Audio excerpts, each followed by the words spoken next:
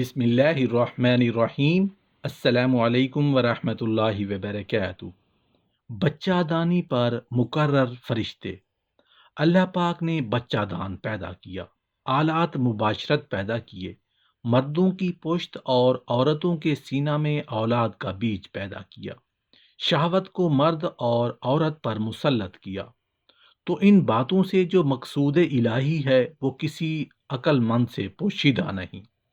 اگر کوئی شخص بیج یعنی نطفہ کو ضائع کرے اور شہوت کو کسی ہیلا سے ٹال دے تو وہ پیدائش کے مقصد سے منحرف رہے گا۔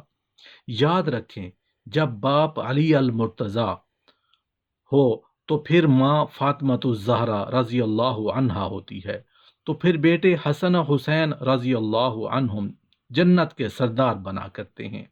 جب باپ ابراہیم علیہ السلام ہو اور بیوی ہاجرہ علیہ السلام ہو تو پھر بیٹا اسماعیل علیہ السلام بنا کرتا ہے۔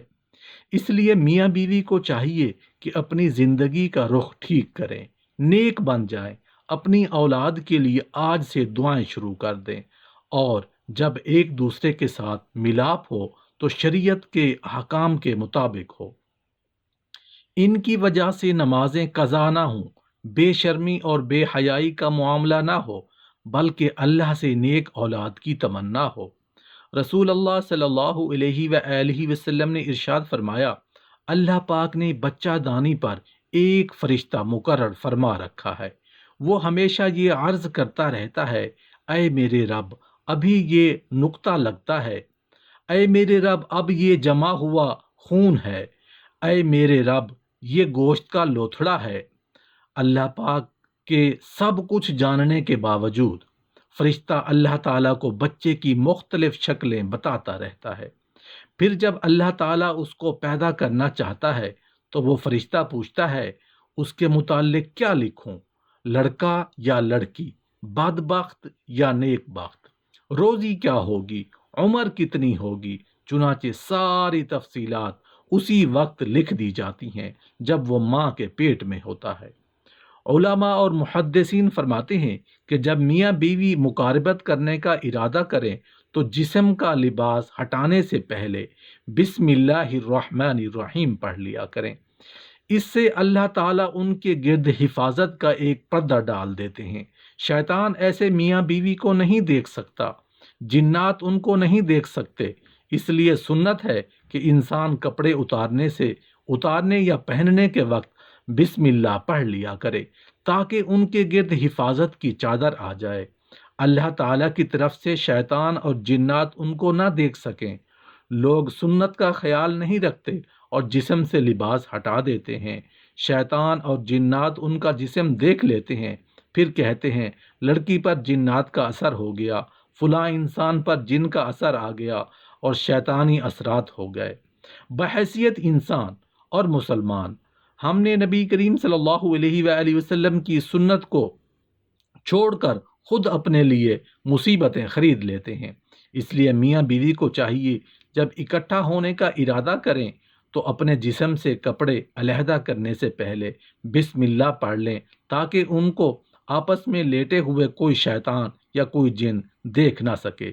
بلکہ شریعت نے یہ بات کہی ہے کہ اگر جسم سے اپنا لباس ہٹائیں تو ایک بڑی چادر ہو جس کے اندر وہ دونوں ایک دوسرے سے ملیں۔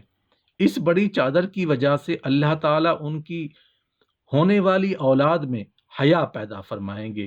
علماء اور محدثین فرماتے ہیں جب میاں بیوی نے اپنے اوپر بڑی چادر لینے کا اہتمام کیا تو اللہ تعالیٰ نے فطری طور پر ان کو شرمیلی اور حیا والی اولاد سے نوازا، جو کہ والدین کے لیے آنکھوں اور دل کی ٹھنڈک کا ذریعہ بنے گی۔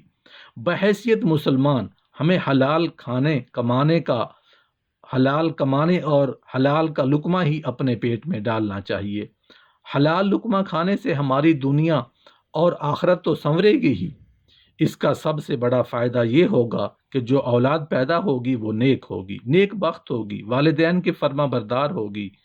حاملہ خواتین کو چاہیے کہ دوران حمل نیک اعمال کریں، اپنی عفت، اپنی عزت، آبرو اور شرم و حیا کا خاص خیال رکھیں تاکہ اس کا اثر اولاد پر ہو۔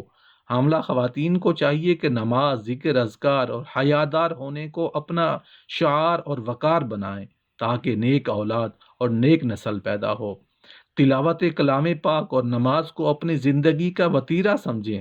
عورتیں نماز میں سستی اور کاہلی زیادہ کرتی ہیں، ایسا کرنا سراسر نقصان ہے۔ جب بھی میاں بیوی کے ملاپ کی وجہ سے ان کی اگلی نماز قضا ہوئی اور اس ملاپ کی وجہ سے ان کو اولاد ہو گئی تو اس اولاد کے اندر فسق و فجور آ جائے گا۔ جب ماں نے ہی اس پر عمل کی وجہ سے اللہ کے حکم کو توڑ دیا تو پھر پھل بھی تو ویسا ہی ملنا ہے۔ اس لیے اس بات کا بہت زیادہ خیال کریں کہ آپ کی کوئی نماز قضا نہ ہو۔ رسول اللہ صلی اللہ علیہ وآلہ وسلم نے فرمایا، جس مسلمان کے 3 بچے انتقال کر جائیں، اللہ تعالیٰ ان بچوں پر فضل اور رحمت کرتے ہوئے ان دونوں کو جنت میں داخل فرمائے گا۔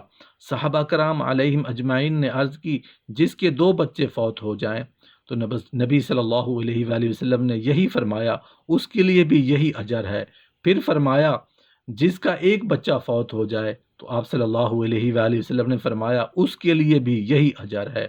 پھر فرمایا اس ذات کی قسم جس کے قبضے میں میری جان ہے، جس عورت کا کچا بچہ فوت ہو جائے، یعنی کہ اس کا حمل ضائع ہو جائے تو بچہ مر جائے، لیکن پھر بھی وہ اس پر صبر کرے تو وہ بچہ اپنی ماں کو نافذ کرتا ہوا جنت میں لے جائے گا۔